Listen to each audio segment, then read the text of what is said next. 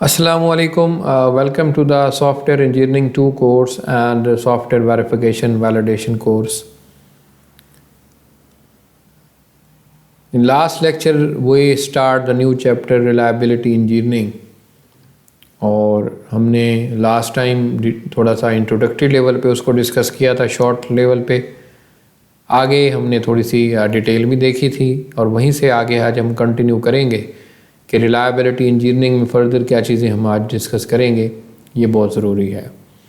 तो आज बात करें कि सबसे पहले हम बात करेंगे रिलायबिलिटी रिक्वायरमेंट्स। आपको याद होगा कि पिछले कोर्स में ये ऑलरेडी हम यूट्यूब पे कोर्स कवर कर रहे हैं। रिक्वायरमेंट इंजीनियरिंग प्रोसेस जो ऑलरेडी कंप्लीट हो चुका है, आप वहाँ से जाके रिक्वायरमेंट इंजीनियरिंग के लेक्चर्स भी सुन सकते हैं। तो रिक्वायरमेंट्स बहुत ज़्यादा इम्पॉर्टेंट होती हैं किसी भी प्रोजेक्ट को स्टार्ट करने के हवाले से या इनिशियल लेवल के ऊपर। पूरा एक रिक्वायरमेंट इंजीनियरिंग प्रोसेस होता है जिसकी बेस के ऊपर हम फिर आगे फर्दर डेवलपमेंट स्टार्ट करते हैं।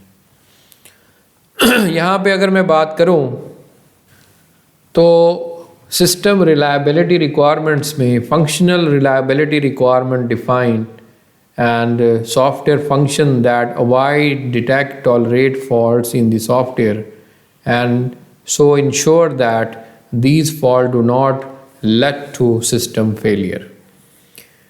आपको पता है कि फंक्शनल रिक्वायरमेंट्स होती हैं सिस्टम के अंदर जो कि सॉफ्टवेयर के फंक्शंस को डिफ़ाइन करती हैं।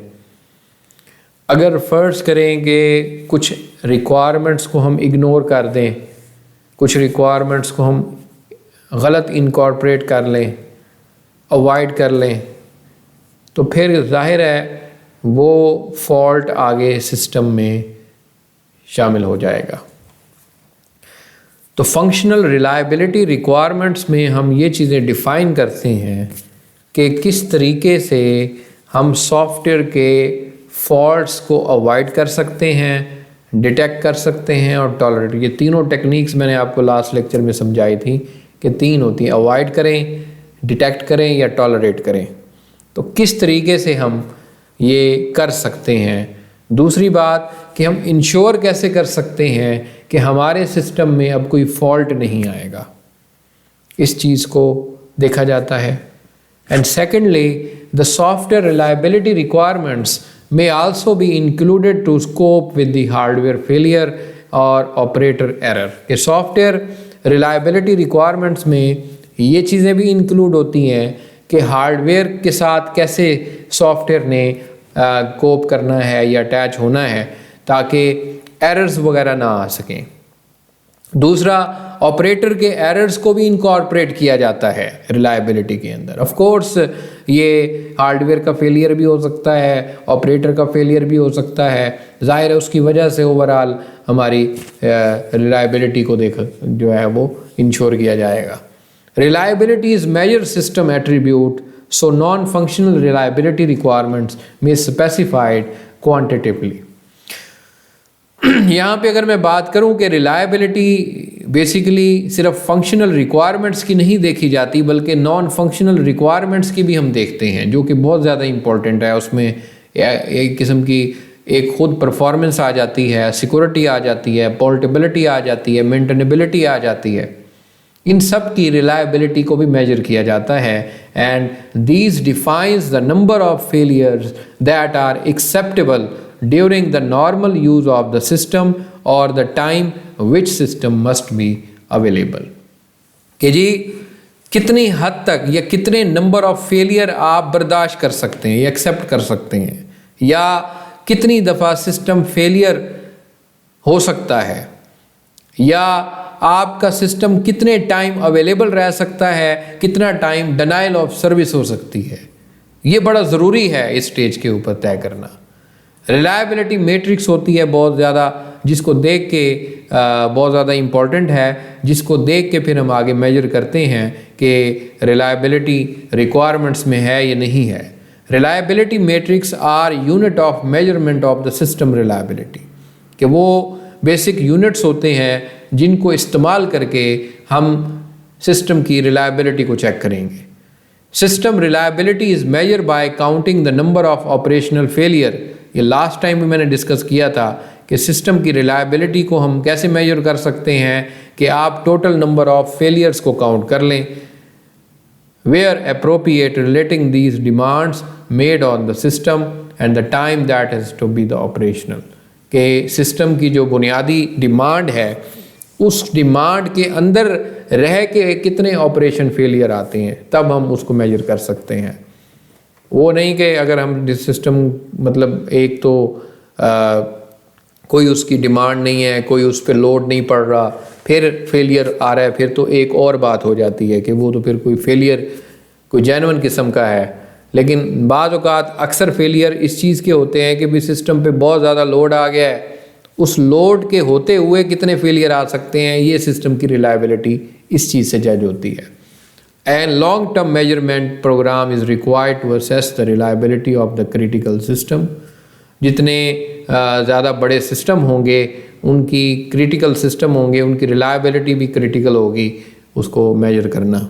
मैट्रिक्स में एक तो probability of the failure on the demand, कि जो हमारी डिमांड है उसमें क्या प्रोबेबिलिटी हम फाइंड करेंगे कितने फेलियर हो सकते हैं।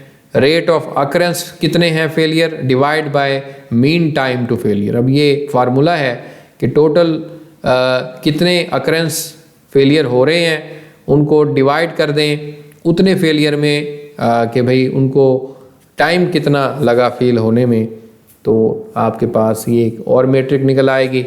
तीसरी मैट्रिक है अवेलेबिलिटी, कि सिस्टम जो है वो अवेलेबल कितना रहता है। यहाँ पे probability of the failure on the demand, जिसको POFOD भी कहते हैं, POFOD यहाँ पे ये शॉर्ट टर्म है इसकी। This is the probability that the system will fail when the service request is made. यानी आपने कोई सिस्टम को सर्विस भेजी, उसके अगेंस्ट सिस्टम फेल हो गया। Useful when demands for the service are intermittent and relatively infrequent. तो ऐसा हो सकता है कि वो जो डिमांड है वो काफ़ी उस यूज़र के लिए बहुत ज़रूरी हो, लेकिन क्योंकि अब आपका सिस्टम फेल हो चुका है तो ये फेलियर काउंट होगा। Appropriate for the protection system where the services are demanded occasionally and the where are the serious consequences if the service is not delivered. कि अगर तो सर्विस जो स्पेसिफिक है वो डिलीवर नहीं हुई उस डिमांड के अप्रोप्रिएट, तो फिर एक फेलियर है।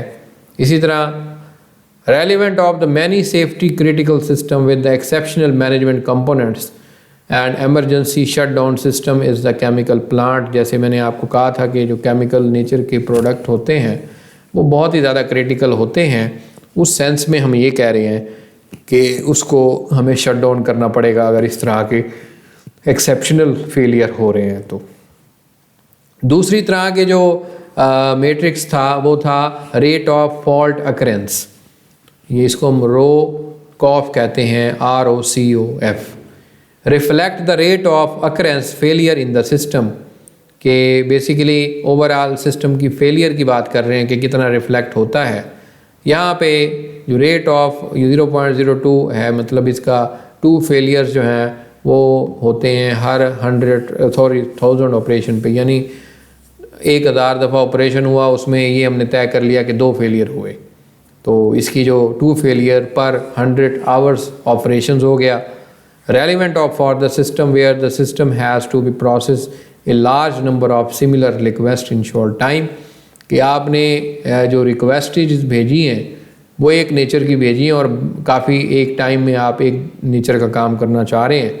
मिसाल के तौर पर क्रेडिट कार्ड प्रोसेसिंग है, एयरलाइन बुकिंग सिस्टम है, इसमें हर कस्टमर जो आएगा, ज़ाहिर है क्रेडिट कार्ड प्रोसेसिंग तो एक ही नेचर की होनी है।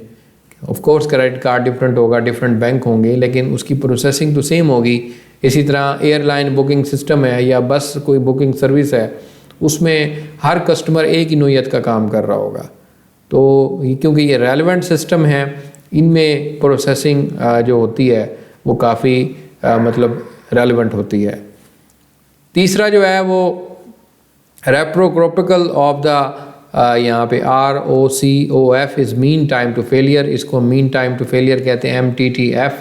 The relevant system with the long transaction where the system processing take a long time. जैसे मैंने कहा है कि एक तरह की ट्रांजैक्शन हो तो वहाँ पे सिस्टम को टाइम भी बहुत ज़्यादा लगता है, क्योंकि बहुत ज़्यादा कॉम्प्लेक्स सिस्टम होते हैं, उस पर लोड भी बहुत ज़्यादा होता है। क्योंकि आप ये चीज़ तो मतलब नहीं देख रहे होते कि भाई छोटे मोटे सिस्टम पे तो ज़ाहिर है कुछ चंद ट्रांजैक्शन होंगी, लेकिन अगर आप देखें कि बुकिंग सिस्टम हो, एयरलाइन हो, इसमें बहुत ज़्यादा ट्रांजैक्शन होती हैं एक दिन में। आप तो इस्तेमाल नहीं कर रहे, ज़ाहिर है पूरा पाकिस्तान कर रहा होगा अगर हम इस मुल्क में मौजूद हैं। तो अवेलेबिलिटी की बात करें, तीसरी जो मेट्रिक थी हमारी, measure the fraction the time the system is available for the use, कि भाई हम टाइम ये चीज़ तय करें कि कितनी टाइम हमें सिस्टम अवेलेबल रहेगा। Take the repair and restart time to the account, कि हमें अगर फ़र्ज़ करें कि अवेलेबिलिटी हमारी डिस्ट्रॉय होती है, कि हम किसी स्टेज के ऊपर सिस्टम अवेलेबल हमें नहीं होता, तो फिर हमें कितना टाइम लगेगा उसको रिपेयर करने में, और वो रीस्टार्ट कितनी देर में होगा।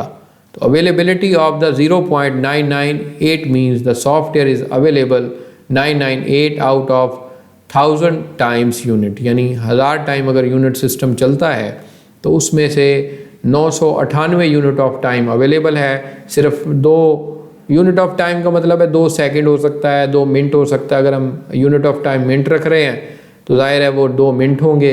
अगर यूनिट ऑफ टाइम 1 घंटा रख रहे हो तो वो 2 घंटे होंगे। तो यानी 2 घंटे अवेलेबल नहीं होगा या 2 सेकंड अवेलेबल नहीं होगा, बाकी 998 जो है वो टाइम अवेलेबल होगा। Relevant for the non stop and continuously running system, telephone switching system है, रेलवे सिग्नल हैं, इसको आप देखें कि आप स्टॉप नहीं कर सकते, कोई मुतबादिल हल सोचना पड़ेगा, क्योंकि इसमें अगर स्टॉप हो जाए तो हमारा पूरा सिस्टम ही फेलियर की तरफ चला जाता है। तो कुछ क्रिटिकल सिस्टम होते हैं उसमें हम थोड़ा सा भी ये मतलब इजाज़त नहीं दे सकते कि वो फेल हो सके। है अवेलेबिलिटी स्पेसिफिकेशन, मिसाल के तौर पे 0.9 है तो इसका मतलब है कि सिस्टम जो है वो 90% अवेलेबल है। अब ये 24 घंटे के हिसाब से आप लगा लें। 0.99 है तो इसका मतलब है कि 24 घंटे के पीरियड में सिस्टम 14.4 मिनट जो है वो अवेलेबल नहीं रहा। अगर 0.999% अवेलेबिलिटी है तो इसका मतलब है कि 84 सेकंड जो है वो 24 घंटों में से अवेलेबल नहीं रहा। और अगर 0.9 है तो इसका मतलब है कि 8.4 सेकंड 24 घंटे में इस्तेमाल नहीं हुआ। इसका मतलब है कि तकरीबन ये ओवरऑल इसका वीक निकालें तो पर वीक 1 मिनट जो है वो अवेलेबल नहीं रहता। तो ये इनके आप याद कर लें, इनकी जो एक्सप्लेनेशन है वो काफ़ी सिंपल सी दी हुई है, इसको आप देख सकते हैं और इस तरह इसकी मेट्रिक का अंदाज़ा लगाया जा सकता है। इसके अलावा हम यहाँ पे आज लेक्चर ख़त्म करना चाहूँगा। मैं आगे लेक्चर की जो वीडियो है वो काफ़ी बड़ी हो जाती है, इसलिए मैं थोड़ा सा शॉर्ट बना रहा हूँ वीडियो। तो आगे हमारा सिलेबस थोड़ा सा लिमिटेड सा है, इसलिए हम थोड़ा सा आहिस्ता आहिस्ता इसको लेके चलेंगे। जैसे लास्ट कोर्स में सिलेबस बहुत ज़्यादा था, इसमें ज़रा चैप्टर कम हैं थोड़े, इसलिए हम इसको ज़रा स्लो लेके चलेंगे कोर्स को, ताकि वक्त के साथ साथ ये पूरा हो जाए। तो मैं आपसे गुजारिश करता हूँ कि आप अपनी जो टेक्स्ट बुक है उसके अंदर ये टॉपिक डिटेल से दिए हुए हैं पढ़ें और उसको ईज़िली ताकि कैप्चर कर सकें। हम अगले लेक्चर में नॉन फंक्शनल रिक्वायरमेंट की रिलायबिलिटी की बात करेंगे और उसको फर्दर देखेंगे कि उसमें क्या ऐसी मैट्रिक्स होती हैं जो हमें देखनी पड़ेंगी। तो आज का लेक्चर यहीं ख़त्म करना चाहूँगा। अगले लेक्चर तक के लिए खुदा हाफ़िज़।